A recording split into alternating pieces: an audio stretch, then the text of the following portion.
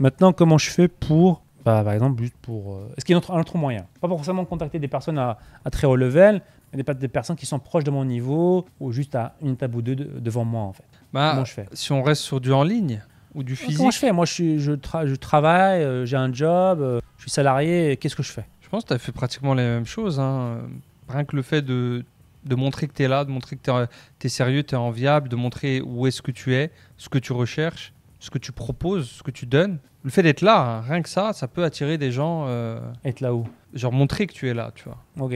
Là, ça peut être sur un groupe Facebook, dans la communauté, dans le business. Tu fais des choses, tu es là. Donc, je rejoins des communautés, de préférence payant parce que tu auras un peu plus de qualité, on va dire. Un filtre, ouais, c'est sûr. Plus de qualité, de gens motivés, etc. Ça n'empêche pas quand même, il y a des communautés aussi.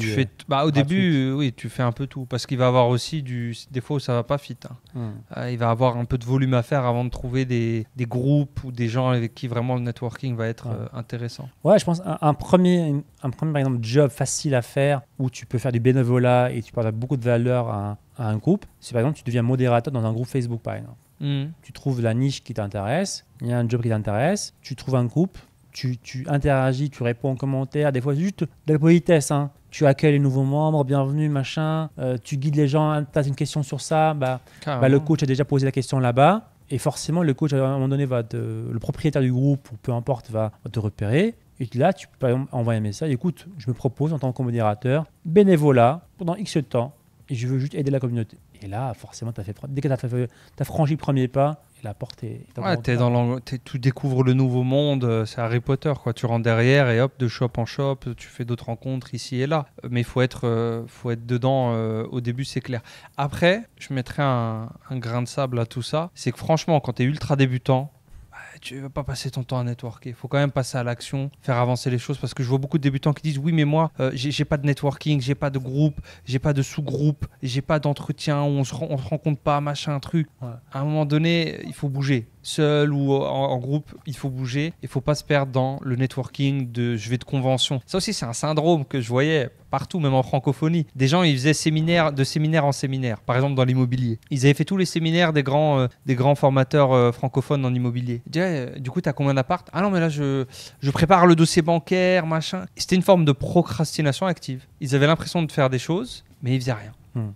Ouais, c'est pour ça qu'il faut se connaître en fait. Il faut savoir qui on est. Dans quel côté de la balançoire je suis? Est-ce que je suis dans l'extrême où je suis isolé, je rencontre personne, j'échange avec personne, ou je suis à l'opposé, je suis un groupie des séminaires et peut-être qu'au final, ton but à toi plus tard, ce ne sera pas d'être génie de l'immobilier, mais peut-être tu es un mec qui va organiser des séminaires. C'est peut-être, je ne sais pas, tu vois.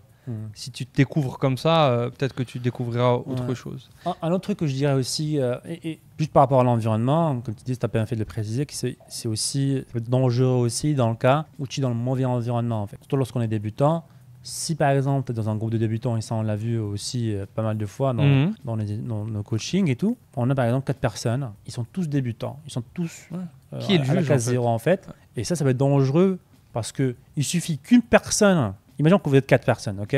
Vous êtes lancé dans l'e-commerce en même temps. Au début, forcément, vous êtes de la découverte, on a peur, on essaie, on va échouer. Il suffit qu'une personne décide d'abandonner, dit que c'est trop dur, que ça ne marche pas, parce que pour X raison, ça se trouve, il n'a même pas essayé. Ça se trouve, il a juste trouvé une excuse pour s'en sortir. Souvent le cas. Ouais. Et qu'est-ce qui se passe? Il tire tout le monde vers le bas. Il tire le deuxième tire le troisième tire le quatrième. Et ça se trouve, le groupe se transforme en groupe de planage. C'est un cimetière après, ouais. C'est un cimetière et personne ne réussit à exploser. C'est pour ça qu'il faut faire attention avec qui vous travaillez. De préférence, des gens qui sont à un pas devant vous. Un pas, 2 pas, 3 pas. Par exemple, si je commençais dans l'e-commerce, je chercherais un groupe qui a déjà fait, par exemple, une première vente, une deuxième vente, dans le meilleur des mondes. Donc, c'est pour ça qu'il faut faire attention à ça. Et pour ceux qui veulent aussi faire des rencontres physiques, un moyen, je trouve très efficace, je trouve des bonnes personnes, c'est les coworking.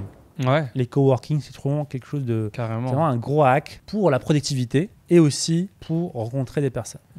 Donc des coworking, c'est des espaces de travail souvent utilisés par des gens qui travaillent en ligne ou alors des gens qui travaillent à distance, ils ont des jobs à distance. Donc c'est vraiment super pour votre productivité à vous. Vous sortez de votre environnement classique pour aller bosser. Vous pouvez trouver des coworking qui ne sont pas chers. Ça dépend de votre ville, mais ouais, ça se trouve. Hein. Et l'environnement fait que y a des espaces de café, tout ça. Vous pouvez littéralement tous les jours parler avec une nouvelle personne. Faut essayer, voilà. Tous les jours. À la machine à café, salut, je suis nouveau, je viens d'arriver, c'est le meilleur coin que j'ai trouvé, enchanté. C'est ça. Et ça a un gros effet, les amis, sur votre mindset. Si vous avez aimé ce clip, cliquez ici pour voir d'autres clips. Sinon, cliquez ici pour voir l'épisode en entier. Ciao, ciao.